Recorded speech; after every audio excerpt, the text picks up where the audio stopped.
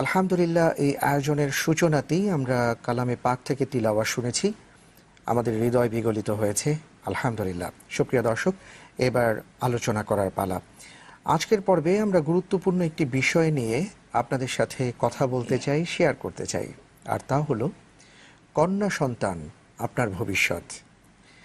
আমরা দেখেছি যে এখনও সমাজে এমন অনেক দুর্ঘটনা ঘটে থাকে যে যখন মা বাবা জানতে পারেন যে তাদের যে অনাগত ভবিষ্যৎ আসছে তিনি কন্যা, তখন তাদের মুখটা কালো হয়ে যায়। অনেক সময় আমরা লক্ষ্য করে থাকি যে কন্যা সন্তান হওয়ার দরুন পরিবারের মধ্যে মাকে অনেক যন্ত্রণা সহ্য করতে হয়, মেয়েকে যন্ত্রণা সহ্য করতে হয়, এবং এই বিষয়গুলো এত দুঃখজনক, এত বেদনাদায়ক, যেটা আমরা ভাষায় প্রকাশ করতে পারি না। অথচ আমরা মুসলিম বলে নিজেদেরকে দাবি করি। ইসলাম এই ক্ষেত্রে কি বলে আমরা আজকে শুনব ইনশাআল্লাহ তাআলা। আর এই ব্যাপারে কথা বলার জন্য আমাদের মাঝে উপস্থিত হয়েছেন বিশিষ্ট ইসলামী চিন্তাবিদ, শিক্ষাবিদ এবং গবেষক, লেখক মুহতারাম শায়েখ আহমদুল্লাহ। আসসালামু আলাইকুম ওয়া রাহমাতুল্লাহি ওয়া বারাকাতুহু। ওয়া আলাইকুম আসসালাম ওয়া রাহমাতুল্লাহি ওয়া বারাকাতুহু। শায়েখ, আপনাকে অনেক অনেক মোবারকবাদ জানাচ্ছি আমাদের স্টুডিওতে আসার জন্য। আপনাকেও ধন্যবাদ। জাযাকাল্লাহ। আজকে আমরা যে বিষয়টা নিয়ে কথা বলবো, অলরেডি আমি দর্শকদের সাথে সেই বিষয় শেয়ার করেছি। ইসলাম কন্যার ব্যাপারে বা কন্যা সন্তানের ব্যাপারে কি কি আমাদেরকে বলেছে, বা কোনো এই ক্ষেত্রে সুখবর আছে কিনা, সেটা দিয়ে আমরা আজকে শুরু করতে চাই। জি, ধন্যবাদ আপনাকে। হামিদাম ওয়া মুসাল্লিয়া ওয়া মুসাল্লিমা আম্মা বাদ। আসলে আল্লাহ সুবহানাহু ওয়া তাআলার পক্ষ থেকে আমাদের প্রতি যে সমস্ত দান এবং অনুগ্রহ রয়েছে, এই পৃথিবীতে আমরা যত অনুগ্রহ আল্লাহর ভোগ করে থাকি, তার মধ্যে উল্লেখযোগ্য সবচেয়ে বড় অনুগ্রহের মধ্যে থেকে একটি হলো সন্তান। আল্লাহ সুবহানাহু ওয়া তাআলা যাদেরকে সন্তান দেননি, পরীক্ষা করছেন, তারাই একমাত্র এটি উপলব্ধি করতে পারেন যে সন্তান কত বড় নিয়ামত আল্লাহ সুবহানাহু ওয়া তাআলার। আমার তো মনে হয় যে সারা জগতে যদি এই সিস্টেম আল্লাহ তাআলা রাখতেন যে নিজের সমস্ত অর্থ সম্পদ দিয়ে সন্তান কিনতে হবে, তাহলে আমাদের সারা জীবনের সমস্ত সম্পদ সঞ্চয় হতো সন্তান কেনার জন্য। কিন্তু আল্লাহ সুবহানাহু ওয়া তাআলা সেটি আমাদেরকে সম্পূর্ণ ফ্রি দিচ্ছেন। এটি আল্লাহ তাআলার এক বিশেষ অনুগ্রহ। এক্ষেত্রে কোরআনে কারিমের সূরার 49 এবং 50 নম্বর দুটি আয়াতের অংশ আমাদের জন্য বিশেষভাবে প্রণিধানযোগ্য। আল্লাহ সুবহানাহু ওয়া তাআলা এই আয়াত দুটোতে বলেন, লিল্লাহি মুলকুস সামাওয়াতি ওয়াল আরদ, আসমান ও জমিনের সমস্ত আধিপত্য আল্লাহ সুবহানাহু ওয়া তাআলার। ইয়াহাবু লিমান ইয়াশাউ ইনাসান ওয়া ইয়াহাবু লিমান ইয়াশাউ যুকুরা। আল্লাহ তাআলা যাকে ইচ্ছা তাকে কন্যা সন্তান দেন, যাকে ইচ্ছা তাকে ছেলে সন্তান দেন, পুত্র সন্তান দেন। আও ইউযাউযুহুম যুকরানা ওয়া ইনাসা, অথবা কাউকে উভয়টি দান করেন, অথবা আল্লাহ তাআলা আও ইয়াজআলু মান ইয়াশাউ আকীমা, কাউকে তার কোনোটিই দান করেন না। তো এই আয়াত থেকে দুটি বিষয় আমরা জানতে পারি পরিষ্কারভাবে। নাম্বার 1, সন্তান পাওয়া না পাওয়া, পুত্র কি কন্যা সন্তান হওয়া না হওয়া, এটি সম্পূর্ণভাবে নির্ভর করে আল্লাহ সুবহানাহু ওয়া তাআলার ইচ্ছার উপর। এটি সম্পূর্ণ আল্লাহ তাআলার নিয়ন্ত্রণে। এটি মা কিংবা সন্তানের বাবা কিংবা পারিপার্শ্বিক কোনো বিষয়ের সঙ্গে সংশ্লিষ্ট নয়, এটি সম্পূর্ণ আল্লাহ তাআলার নিয়ন্ত্রণে। দ্বিতীয় যে বিষয়টি এখান থেকে আমরা শিক্ষা নিতে পারি বা এই আয়াত থেকে আমরা নিতে পারি, সেটি হলো সন্তান যেহেতু আল্লাহ সুবহানাহু ওয়া তাআলারই দান, অতএব সন্তানের জন্য একমাত্র চাওয়ার জায়গা আল্লাহ সুবহানাহু ওয়া তাআলা। হ্যাঁ, শারীরিক কোনো সমস্যা আপনার থাকলে আপনি চিকিৎসকের শরণাপন্ন হতেই পারেন, সেটি ভিন্ন জিনিস। এর বাইরে আপনি কোনো অদৃশ্য শক্তির শরণাপন্ন যদি হন সন্তানের জন্য, সেটি ভুল হবে। কারণ আমরা কোরআনে কারিমে বহু নবীদেরকে দেখেছি যে কোরআনে কারিমে আল্লাহ তাআলা উল্লেখ করেছেন যে তারা আল্লাহর কাছে সন্তান চেয়েছেন, রব্বি হাবলি মিনাস সলিহিন, আল্লাহ আমাকে নেক সন্তান দিন। তাহলে সন্তান চাইতে হবে শুধু আল্লাহর কাছে। আর প্রথম যে শিক্ষাটি কথা বলেছি, সন্তান আসে আল্লাহ তাআলার মাধ্যমে, এখানে কারোর কোনো কন্ট্রোল নেই। কোন তাফসীরবিদগণ বলেন যে এই আয়াতে আল্লাহ তাআলা যেটি আসলে বোঝাতে চেয়েছেন সেটি হলো নবীদের মধ্যে আল্লাহ তাআলা এই বৈচিত্র্য রেখেছেন। আমরা যদি দেখি লূত আলাইহিস সালাতু ওয়াস সালামের জীবনীতে, তো তাকে আল্লাহ তাআলা সব কন্যা সন্তান দিয়েছেন, একটি পুত্র সন্তান ছিল না। আচ্ছা আচ্ছা। অপরদিকে আমরা যদি দেখি ইব্রাহিম আলাইহিস সালাতু ওয়াস সালামের দিকে, আল্লাহ তাআলা তাকে সব পুত্র সন্তান দিয়েছেন, কোনো কন্যা সন্তান তার ছিল না। জি। অপরদিকে আমরা যদি দেখি মুহাম্মদ সাল্লাল্লাহু আলাইহি ওয়াসাল্লামের দিকে, তো দেখতে পাই আল্লাহ তাআলা তাকে পুত্র এবং কন্যা উভয় ধরনের সন্তান দান করেছেন। সুবহানাল্লাহ। আমরা যদি দেখি জাকারিয়া আলাইহিস সালাতু ওয়াস সালামের সন্তান ইয়াহইয়া আলাইহিস সালাতু ওয়াস সালামের দিকে, তো দেখতে পাই আল্লাহ তাআলা তাকে আজীবন নিঃসন্তান করে রেখেছেন। তো আল্লাহর প্রিয় বান্দাদের মধ্যে আল্লাহ বৈচিত্র্য রেখেছেন, অতএব আমাদের মধ্যে বৈচিত্র্য থাকবে, সেটা খুবই স্বাভাবিক ব্যাপার। কিন্তু দুঃখজনক যে আমাদের সমাজে একটা খুব বাজে একটি পরিবেশ চলছে, যেটি আপনি বলছিলেন যে কন্যা সন্তান হয়ে গেলে অনেক সময় আমরা একটু মুখ কালো হয়ে যায় বা আমরা একটু মনক্ষুণ্ণ হয়ে যাই, এবং মনক্ষুণ্ণ হওয়াটা কোনো কোনো ক্ষেত্রে এতটাই মাত্রাতিরিক্ত হয়ে যায় যে এটি অনেক নিন্দনীয় পর্যায় পর্যন্ত চলে যায়। এবং এটি আজকের নয়, কোরআনে কারিমে আল্লাহ তাআলা উল্লেখ করেছেন ওয়াইযা বুশিরা আহাদুহুম বিল উনসা যাল্লা ওয়াজহুহু মুসওয়াদ্দান ওয়া হুয়া কাযীম। সেই ১৫০০ বছর আগে জাহিলি যুগে, বর্বরতার যুগে, অন্ধকার যুগের মানুষদের একটি খারাপ প্রবণতার কথা আল্লাহ তাআলা উল্লেখ করছেন যে তাদের কাউকে সন্তান হিসাবে কন্যা সন্তানের বাবা হয়েছেন এই সংবাদটি দিলে তাদের চেহারা কালো হয়ে যেত, ইয়াতাওয়ারা মিনাল কওম, পালিয়ে বেড়াতো, বলতে চাইতো না। হ্যাঁ, কি হয়েছে, হয়েছে, সন্তান হয়েছে, কি হয়েছে আর বলতে চায় না।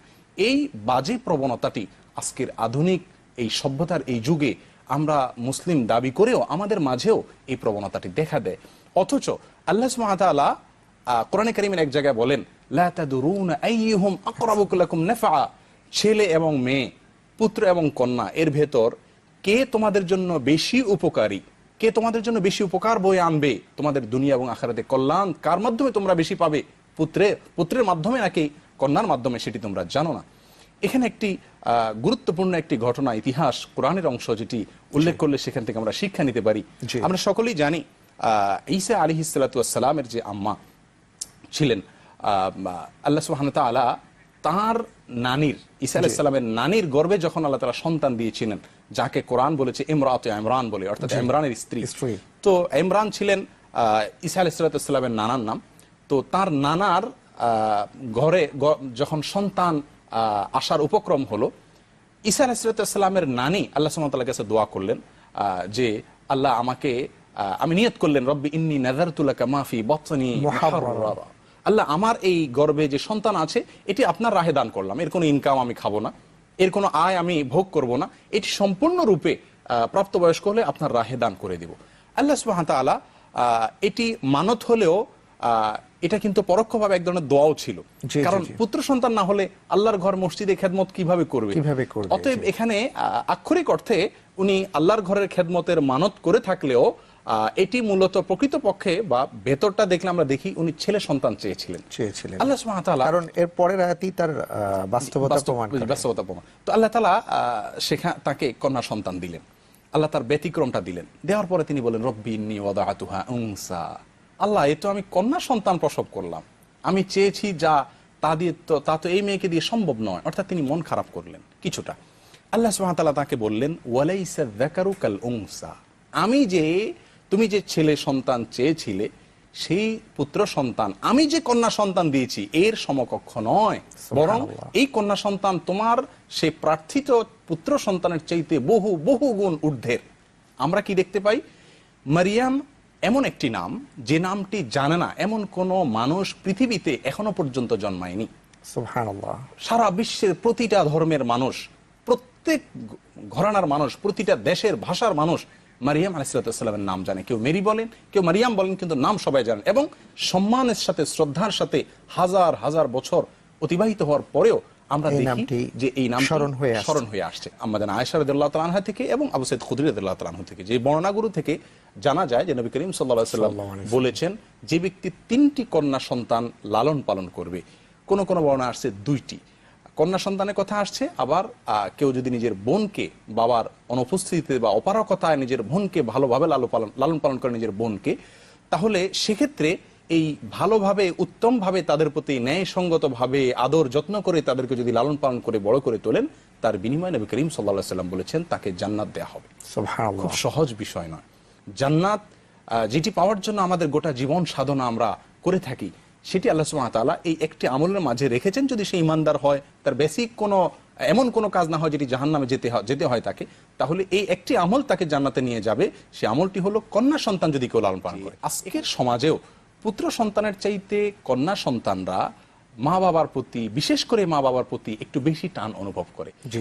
পুত্র সন্তান সব সময় দেখা যায় যে মা বাবার সঙ্গে, আমাদের সমাজের বেশিরভাগ ক্ষেত্রে, ব্যতিক্রম তো আছেই, মা বাবার সঙ্গে ঝগড়া বা বিতণ্ডায় লিপ্ত হয় তার স্ত্রীর পক্ষ হয়ে। আর মেয়ে বা কন্যা সন্তানকে দেখা যায় তারা স্বামীর সঙ্গে বিতণ্ডায় লিপ্ত হন বা বৎসায় লিপ্ত হন বাবা মায়ের পক্ষ হয়ে। জি। তো এখান থেকে দেখা যায় যে আল্লাহ সুবহানাহু ওয়া তাআলা আসলে পুত্র এবং কন্যা কোনো কথা নয়, সুসন্তান আল্লাহ সুবহানাহু ওয়া তাআলার কাছে চাওয়া উচিত। আর নবীরা, কোন নবী আল্লাহ তাআলার কাছে চাইতে এভাবে চাইতেন না, সমস্ত নবীদের চাওয়ার ভাষা ছিল এই রব্বি হাবলি মিনাস সলিহিন, আল্লাহ আমাকে নেক সন্তান দান করেন। আমাদের নবী করিম সাল্লাল্লাহু আলাইহি সাল্লামকে আল্লাহ তাআলা পুত্র সন্তান দিলেও তার একটিও জীবিত রাখেননি, সবাই ছোট বয়সে মারা গেছেন, শুধু কন্যা সন্তানের বাবা ছিলেন এবং এটাই তার জন্য গর্বের ছিল। কাফেররা তাকে নানান কথা বলতো, আল্লাহ তাআলা তার জবাব দিয়েছেন। তাহলে এখান থেকে আমরা বুঝতে পারলাম যে আসলে কন্যা সন্তানের বাবা হওয়া বা মা হওয়া বা তাদের অভিভাবক হওয়া একাধারে এটি আমার জান্নাতে যাওয়ার কারণ, জাহান্নাম থেকে মুক্তির কারণ, নবী করিম সাল্লাল্লাহু আলাইহি সাল্লামের সঙ্গে জান্নাতে অবস্থান করার কারণ। এবং ওয়াসিল ইবনে আসকা রাদিয়াল্লাহু তাআলা এক বর্ণনা আসছে মিন ইউবনিল মারআতি তাবকিরুহা বিল উনসা ক্বাবলা যুকুর। অর্থাৎ যেহেতু আল্লাহ তাআলা সূরা শূরার 49 নম্বর আয়াতে বলেছেন, আল্লাহ সন্তান বর্ণনা করতে গিয়ে বলেন যে আল্লাহ তাআলা যাকে ইচ্ছা তাকে কন্যা দান করেন, এরপরে বলেছেন পুত্র দান করেন। এখানে আল্লাহ কন্যার আলোচনাটা যেহেতু আগে করেছেন, এখান থেকে বোঝা যায় যে কোন মেয়ের যদি সন্তান প্রথম কন্যা হয় সেটি বরং বরকতময় হওয়ার একটি লক্ষণ বা আলামত। যদিও এটি কোনো জরুরি বিষয় না যে পুত্র হলে অবরকতময় হবে, কিন্তু বরকতময় হতে হওয়ার একটা লক্ষণ। এটি ওয়াসিল ইবনে আসকা রাদিয়াল্লাহু তাআলার একটি ব্যক্তিগত মতামত। এখান থেকে বুঝতে পারি যে আমরা কন্যা সন্তানের বাবা হওয়া এটা বরকতেরও একটা বিশেষ কারণ। ইমাম মালিক রাহমাতুল্লাহ আলাইহি বলতেন আল আম্বিয়া আবুল বানাত, আমরা নবীরা সবচেয়ে আল্লাহর প্রিয় ব্যক্তি, তাদের জীবন ইতিহাস আমরা ঘাঁটলে দেখতে পাই যে বেশিরভাগ নবীদেরকে আল্লাহ তাআলা কন্যা সন্তান বেশি দিয়েছে। সুবহানাল্লাহ। তাহলে এটি আমাদের মন খারাপের কোনো কারণ নেই, বরং কন্যা সন্তান এর বাবা হওয়া এটা সৌভাগ্যের কারণ। অনেক অনেক ধন্যবাদ মোহতারাম, আপনি খুব চমৎকারভাবে কথাগুলো বলেছেন এবং সুপ্রিয় দর্শক আপনারাও শুনেছেন মোহতারামের কথা যে আসলে কন্যা সন্তানের মা বাবা হওয়া এটা সৌভাগ্যের একটি বিষয়। এবং আমি শুরুই করেছিলাম যে কন্যা সন্তান আপনার ভবিষ্যৎ। আমরা আমাদের সবসময় ভবিষ্যতের কথা চিন্তা করি, আর একজন মুসলিম তার মূল ভবিষ্যৎটি হলো যে তিনি জান্নাতের অধিবাসী হবেন। সুতরাং সুপ্রিয় দর্শক আসুন আমরা আমাদের কন্যা সন্তানের দিকে নজর দেই। আমাদের যে সন্তান আল্লাহ সুবহানাহু ওয়া তাআলা নিয়ামত হিসেবে দিয়েছেন তাদেরকে যেন আমরা সুসন্তান হিসেবে গড়ে তুলতে পারি, সেই তৌফিক আল্লাহ তাআলা আমাদের সবাইকে দান করুন, আমিন। এই প্রত্যাশায় মোহতারাম আপনাকে ধন্যবাদ জানাচ্ছি এবং আপনাদেরকেও ধন্যবাদ জানিয়ে আজকের পর্ব থেকে বিদায় নিচ্ছি। আল্লাহ হাফিজ, ওয়াসসালামু আলাইকুম ওয়া রাহমাতুল্লাহি ওয়া বারাকাতুহু।